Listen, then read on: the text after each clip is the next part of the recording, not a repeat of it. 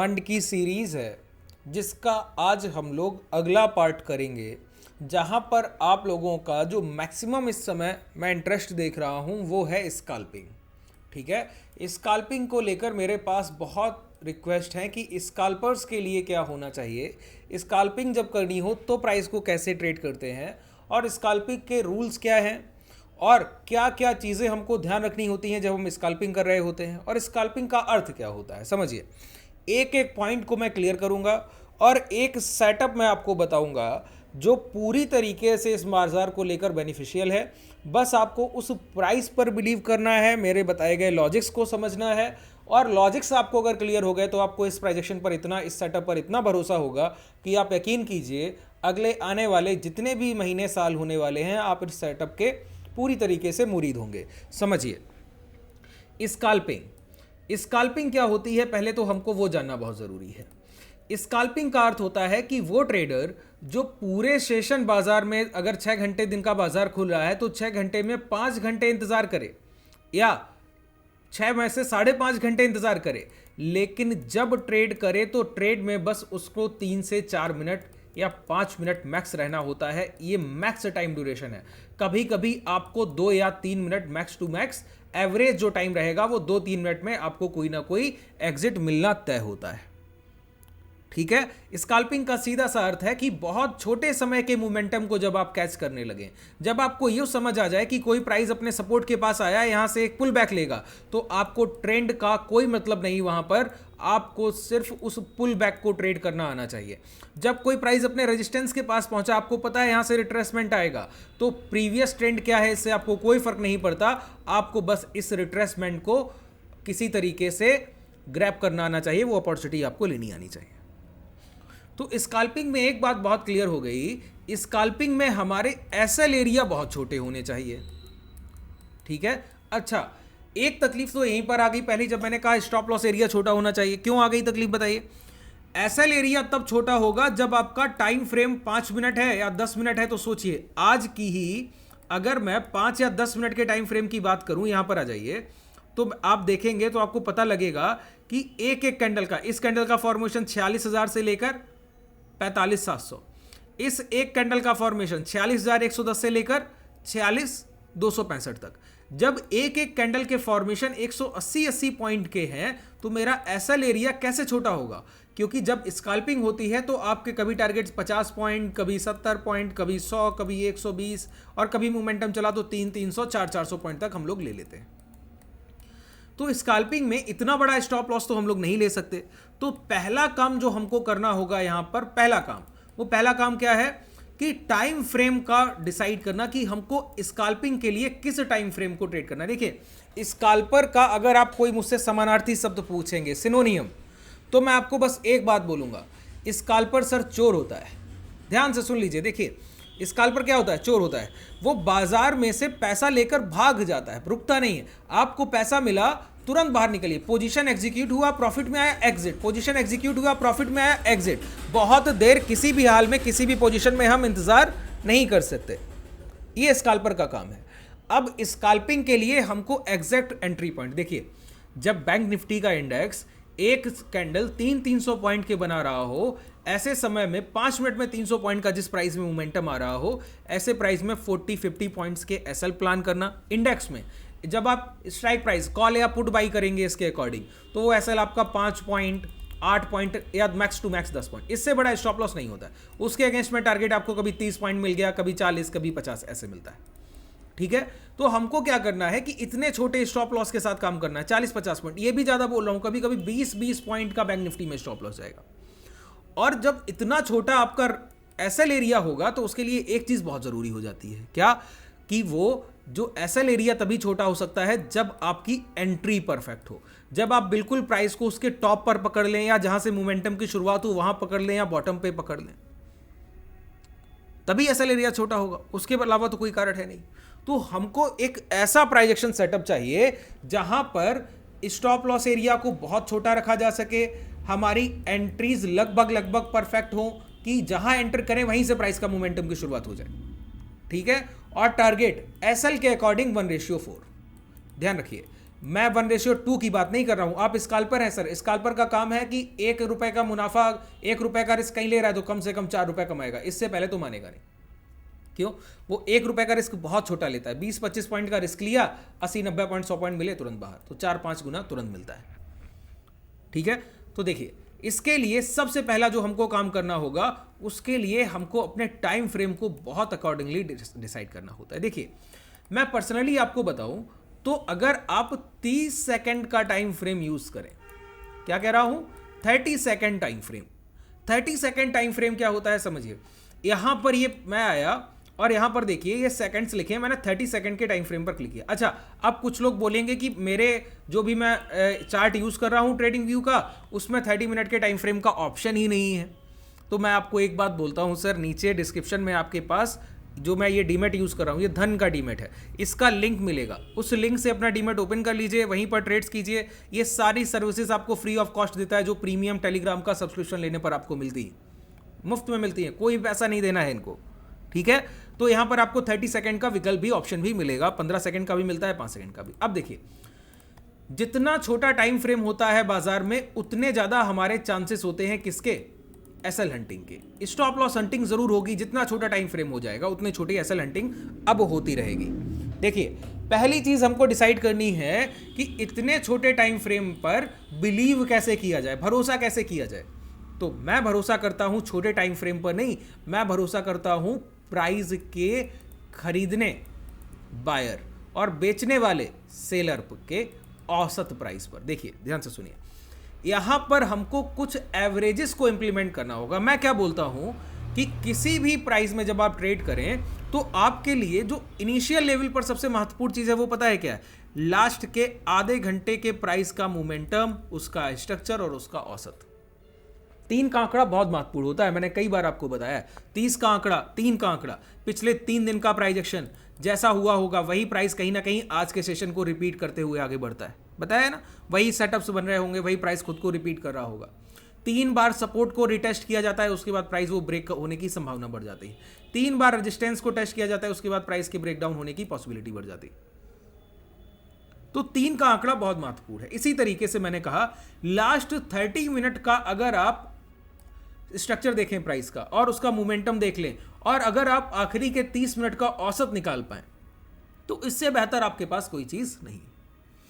अच्छा, मैं क्या करूंगा, 30 का औसत, पिछले 30 मिनट का एवरेज मुझे लेना है। मैं टाइम फ्रेम कौन सा यूज कर रहा हूं, देखिए बिल्कुल लॉजिकल बात कर रहा हूं, मैं टाइम फ्रेम कौन सा यूज कर रहा हूं, 30 सेकंड। अच्छा, 30 सेकंड का एक कैंडल बनता है और मुझे पिछले 30 मिनट का एवरेज प्राइस चाहिए, तो मुझे कितने ड्यूरेशन का एवरेज लेना होगा, 60 कैंडल का औसत लेना होगा ना। अच्छा, 60 कैंडल का SMA, सिंपल मूविंग एवरेज। मैं आपको एक बात बोलता हूं, अगर आप 60 की जगह जो हम लोग बेसिकली एवरेज यूज करते हैं 50 को यूज करें और हमको लगभग वही वैल्यू मिले जो 60 की मिलेगी, कैसे मिल सकती है, अगर हम 50 का एक्सपोनेंशियल मूविंग एवरेज यूज करें, वो भी हम लोग एग्रेसिवली यूज करें ट्रेंड के साइड। अभी इन सारी चीजों को मैं क्लियर करूंगा, एक पॉइंट से एक पॉइंट जोड़ दूंगा, ठीक है। और ट्रेंड अगर समझना है और छोटे छोटे से पॉइंट्स जो मैं आपको बोलता हूं वो नहीं समझ आते हैं, तो नीचे डिस्क्रिप्शन में आपके पास टेलीग्राम का लिंक है, उसको आप ज्वाइन कर सकते हैं। वहां पर आपको कई सारे वीडियोस के लिंक मिलेंगे, जो मैंने सेशंस पहले किए उनको 1 बाय 1 आप देखेंगे तो कई सारे कॉन्सेप्ट आपके क्लियर हो जाएंगे, ठीक है। तो 50 के औसत को हम यूज करेंगे एक्सपोनेंशियल में और ट्रेंड के साथ। अगर ट्रेंड लोअर साइड है तो हम 50 एक्सपोनेंशियल हाई को यूज करने वाले हैं, और अगर ट्रेंड हायर साइड है तो हम 50 एक्सपोनेंशियल लो को यूज करने वाले हैं। ये मैंने आपको बेसिक स्ट्रक्चर बता दिया। अच्छा, ट्रेंड को कैसे डिसाइड किया जाएगा, ये कैसे तय होगा, ट्रेंड को 2 तरीके से डिसाइड किया जाएगा। एक चीज आपको यहां पर इसकी साथ करनी है, वो क्या है, इसी के साथ मेजर, जिसको मदर ऑफ मूविंग एवरेज बोलते हैं। मदर ऑफ मूविंग एवरेज किसको बोलते हैं सर, 200 के मूविंग एवरेज को। किसको बोलते हैं, 200 के मूविंग एवरेज को मदर ऑफ मूविंग एवरेज बोलते हैं, ठीक है। तो 200 के अगर EMA को अगर आप साथ में लेकर चलेंगे तो आपको एक ट्रेंड का आइडिया हमेशा रहेगा। अगर प्राइस 200 के EMA हाई के नीचे ट्रेड कर रहा है तो शॉर्ट करना है, EMA लो के ऊपर ट्रेड कर रहा है तो लॉन्ग कर रहा है, लेकिन ये हमको डिसाइड करना होगा एक्सपोनेंशियल हाई रखना है या एक्सपोनेंशियल लो, ये पहले समझ लेते हैं। देखिए, हम लोग 30 सेकंड के टाइम फ्रेम को ट्रेड कर रहे हैं और हम लोग हैं स्काल्पर। इस कालकर का मतलब हुआ कि जो प्राइस में प्रीवियस ट्रेंड है उससे हमको कोई फर्क नहीं पड़ता, हम चोर हैं, बीच में जो पैसा मिलेगा उसको काट कर भागेंगे। तो स्कैल्पिंग मात्र एक बाजार में ऐसी टेक्निक हुई जहां पर प्रीवियस ट्रेंड का बहुत फर्क नहीं पड़ रहा है, बस मोमेंटम का फर्क पड़ रहा है कि मोमेंटम है किस साइड।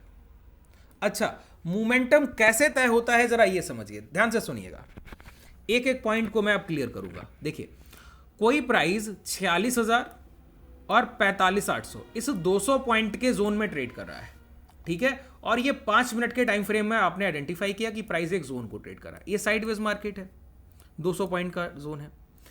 अगर इसी जोन में 30 मिनट के टाइम फ्रेम को आप यूज करें और जब प्राइस लो के पास पहुंचे और वहां से टर्न अराउंड होने लगे, इसका मतलब है सपोर्ट के पास से प्राइस टर्न अराउंड हो रहा है। तो 30 सेकंड के टाइम फ्रेम पर ये 200 पॉइंट का मोमेंटम हमारे लिए एक बड़ा मोमेंटम है कि नहीं है, जब हमारा एसएल एरिया छोटा है कि नहीं। तो एक साइडवेज मार्केट में भी हम लोग मोमेंटम ट्रेड को एग्जीक्यूट कर सकते हैं, ये संभव है स्कैल्पर के लिए और किसी के लिए नहीं, ना स्विंग ट्रेडर के लिए, ना पोजिशनल ट्रेडर, किसी के लिए पॉसिबल नहीं, ठीक है। इसी तरीके से कोई प्राइस, अब ये जो मोमेंटम है इसको हम कैच कैसे करते हैं, देखिए प्राइस नीचे आया होगा, ऊपर जा रहा होगा, फिर नीचे आएगा, ये है तो basically choppy market, sideways market है। लेकिन 30 सेकंड के टाइम फ्रेम पे आपको समझ में आता है कि ये एक इनिशियल मोमेंटम 200 पॉइंट का मोमेंटम भी अगर छोटे टाइम फ्रेम पर जाकर ट्रेड किया जाए तो ट्रेडेबल है, क्योंकि हमारा 20, 25, 30 पॉइंट का एसएल होगा यहाँ पर, और टारगेट अगर दे गया तो 100 पॉइंट दे जाएगा, 200 पॉइंट रेजिस्टेंस तक पहुंचने से पहले पहले दे जाएगा, इतना दूर तक तो होल्ड भी नहीं करना है। तो हमको यहां पर कमांड करनी होगी। देखिए, हमको बस 2 चीजों का ध्यान रखना है। कोई प्राइस अगर हायर हाइस के फॉर्मेशन कर रहा है, हायर हाइस का फॉर्मेशन कि प्राइस 100 से 101 गया और 101 रुपया, 100 रुपया 80 पैसे तक आया और 101 को ब्रेक कर दिया, अब हमको बस 50 EMA लो यूज करना, कुछ नहीं सोचना है प्रीवियस ट्रेंड क्या था, मोमेंटम क्या चल रहा था, कुछ भी नहीं सोचना है। एक बार प्राइस ने अपना प्रीवियस हाई ब्रेक किया, अब हमको 50 एक्सपोनेंशियल लो को यूज करना है लॉन्ग करने के लिए। बात क्लियर हो गई। इसी तरीके से अब ये प्राइस इस तरीके से चलता रहा चलता रहा चलता रहा, ठीक है, हायर हाइज, हर बार एक हाई को ब्रेक करके नया हाई बन रहा है, हर हाई को ब्रेक करके नया हाई बन रहा है। इसके बाद प्राइस पलटता है, टर्न अराउंड होता है, अब ये लोअर लोज के फॉर्मेशन की तरफ बढ़ रहा है। लोअर लोज के फॉर्मेशन इन द सेंस कि प्राइस यहां से नीचे आया लोअर लेवल की तरफ और एक लो लगाया, फिर ऊपर गया तो हाई को लास्ट तो ब्रेक नहीं किया लेकिन लास्ट लो को ब्रेक कर दिया। अब तुरंत हम लोग शिफ्ट हो जाएंगे 50 EMA हाई की तरफ, 50 EMA हाई। अब हर बार हमको शॉर्ट सेलिंग की कोशिश करनी है। क्या करना है? शॉर्ट सेलिंग की कोशिश करनी है। जितनी बार प्राइस पुल बैक करके नीचे आए, लास्ट स्विंग हाई ब्रेक ना हो और नीचे आए तो पुल बैक से जहां से लौटेगा शॉर्ट, जहां से लौटेगा शॉर्ट, जहां से लौटेगा शॉर्ट। देखिए, ये प्राइस किसी बड़े टाइम फ्रेम पर एक चॉपी मार्केट को दर्शा रहा होगा, लेकिन 2 मिनट के टाइम फ्रेम पर मोमेंटम कभी खत्म ही नहीं होता है। 30 सेकंड के टाइम फ्रेम पर कभी प्राइस ऐसे दिखेगा ही नहीं आपको। इस तरीके की कैंडल स्टिक्स बहुत देर तक बन गई हूं, बहुत बनेंगी तो 10 से 12 कैंडल, मतलब 5 से 7 मिनट।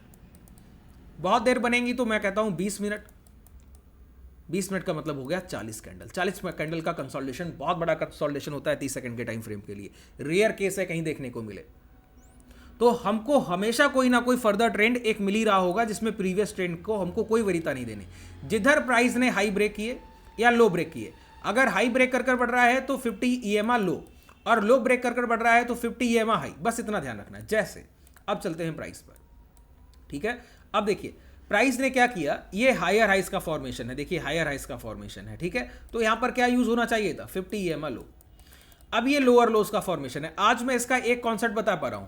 अभी 200 के मूविंग एवरेज को भी इसमें ट्रेड करते हैं साथ में, दोनों को कॉम्बिनेशन है ये। तो 200 के मूविंग एवरेज को हम लोग लगाएंगे तो, लेकिन ट्रेड करना दोनों एवरेजेस को एक साथ कल के सेशन में सीखेंगे। आप लोग बताइएगा, इससे आपको कल बेनिफिट होना चाहिए। कल लाइव मार्केट में जाकर इसको लाइव टेस्ट कीजिए। मैं नहीं बोलता बैक टेस्ट कीजिए, हिस्टोरिकल डेटा चेक करेंगे तो सिर्फ डाटा मिलेगा, रियल लर्निंग नहीं। लाइव मार्केट में जाकर चेक करेंगे तो आपको रियल लर्निंग मिलेगी और प्रैक्टिकल मार्केट में कैसे काम कर रहा है वो आपको पता लगेगा, ठीक है। तो 200 के साथ भी इसको उपयोग करते हैं। अगर मैं दोनों को एक साथ बताने लगा तो कॉम्प्लिकेटेड हो जाएगा। तो पहले मैं क्या करूंगा, मूविंग एवरेज को प्लॉट करूंगा। कौन सा मूविंग एवरेज? देखिए पहले हमको आइडेंटिफाई करना होगा। मार्केट यहां पर ऊपर की तरफ बढ़ रहा था, बढ़ते बढ़ते यहां पर पहुंचा, और पहुंचने के बाद देखिए ये मोमेंटम, ठीक है। ये मोमेंटम क्या हुआ, प्राइस ने last swing high, last swing low, swing high तो ब्रेक नहीं किया, लास्ट स्विंग लो ब्रेक कर दिया। हमको क्या करना है, इनिशियल पॉइंट पर आना है और 50 EMA मूविंग एवरेज। सबसे पहले यहां पर लगाना है हमको 200, ठीक है। 200 मैंने आपको बताया, दो एवरेज हैं ये, एक साथ चलते हैं। ये अभी बहुत क्लियर हो या ना हो, कल के सेशन तक बिल्कुल क्लियर हो जाएगा, ठीक है। आपको बस चीज़ों को देखते रहना है और बने रहना है। ये मैंने 200 EMA हाई लगा लिया। यहाँ पर मैं मूविंग एवरेज को दोबारा लगाऊंगा। अब मुझे प्लॉट करना है यहाँ पर 50 EMA हाई। ये दोनों एवरेज का कॉम्बिनेशन है, ठीक है। ट्रेंड आइडेंटिफिकेशन वैसे 200 के मूविंग एवरेज से होता है, लेकिन यहाँ पर वो चीज़ें हमको नहीं करनी। यहाँ पर इसको दूसरी तरीके से उपयोग करना है। ये हाई लगा लिया मैंने और एक्सपोनेंशियल। देखिए सेटिंग समझ गए ना, लेंथ 50, ठीक है। और यहाँ पर इसका अगर कलर हमको और चेंज करना होगा, क्योंकि दोनों कलर हमको एक ही तरह के मिल रहे हैं, ठीक है। ये देखिए अब क्लियर हुआ। तो मैंने क्या कहा, यहाँ पर लास्ट स्विंग लो क्या हुआ, ब्रेक हो गया। ब्रेक होने के बाद क्या करना होता है, किसी भी एवरेज से जब ट्रेड करते हैं तो प्राइस जब हाई यूज कर रहे हैं तो ऊपर जाने के बाद जब भी लौटेगा तो शॉर्ट करेंगे। ऊपर जाने के बाद एक कैंडल ऊपर क्लोज करे, दो करे, तीन करे, एक ही के बाद लौट आए तो यहीं पे शॉर्ट करेंगे, दो करके लौटे तो वहां पर शॉर्ट करेंगे, तीन करके लौटे तो वहां पर शॉर्ट करेंगे, ठीक है। देखिए प्राइस यहां पे स्विंग लो ब्रेक कर दिया। अब हमको क्या यूज करना है, 50 EMA हाई, 50 EMA हाई, क्योंकि शॉर्ट की पोजीशन ढूंढनी है। प्राइस यहां आया, रिटेस्ट किया, देखिए ये कैंडल ऊपर क्लोज किया, अगला कैंडल तुरंत नीचे क्लोज किया। यहां पर हमको क्या करना है, एक साथ अपनी पोजीशन को प्लान करना है। यहां पर आपका एंट्री होगा, ये आपका SL एरिया हो गया और ये आपके टारगेट रहे। बात क्लियर हुई। ये आपका एंट्री पॉइंट हो गया, ये आपका टारगेट, ये SL एरिया। तो देखिए SL एरिया कितना छोटा है, 0.01%। टारगेट एरिया कितना बड़ा है, देखिए नीचे 0.44%। देखिए नीचे लिखा है 202 और ऊपर देखिए 46। ये 46 पॉइंट का जोन है। यहाँ पर अभी मैं इसको इन्वर्टेड करके करता तो ये आपका जो रेड दिखा रहा है ये ग्रीन दिखेगा, लेकिन हम लोग समझने के लिए इसको बस उपयोग कर रहे हैं कि ये इतना जो आपका स्टॉप लॉस एरिया है वो इतना सा मात्र जोन है, ये जोन, और टारगेट एरिया ये जोन है। तो मैंने क्या कहा, 1:4, एक के बदले 4 कमाने की इसमें कोशिश करनी, ठीक है। अब देखिए प्राइस लोअर लोस के फॉर्मेशन में, लोअर लोस के फॉर्मेशन में, लोअर लोस के फॉर्मेशन में, यहां पर हाई ब्रेक हो गए। यहां पर देखिए हायर राइज के फॉर्मेशन में था, हायर राइज के फॉर्मेशन में था, लो ब्रेक हो गए। यहां पर लोअर लोस के फॉर्मेशन में था और हाई ब्रेक हो गए। अब हाई ब्रेक होने के बाद हमको तुरंत अपना सेटिंग चेंज करना है। सर सेटिंग में क्या चेंज करना है, हाई टू लो शिफ्ट करना है। क्या करना है, हाई टू लो शिफ्ट करना है, बस इतना ही चेंज करना है, कोई बड़ा चेंज नहीं। अब हमको लॉन्ग देखना है, सेम क्राइटेरिया जो अभी बताया वही यहां पर उपयोग होगा और कुछ भी नहीं।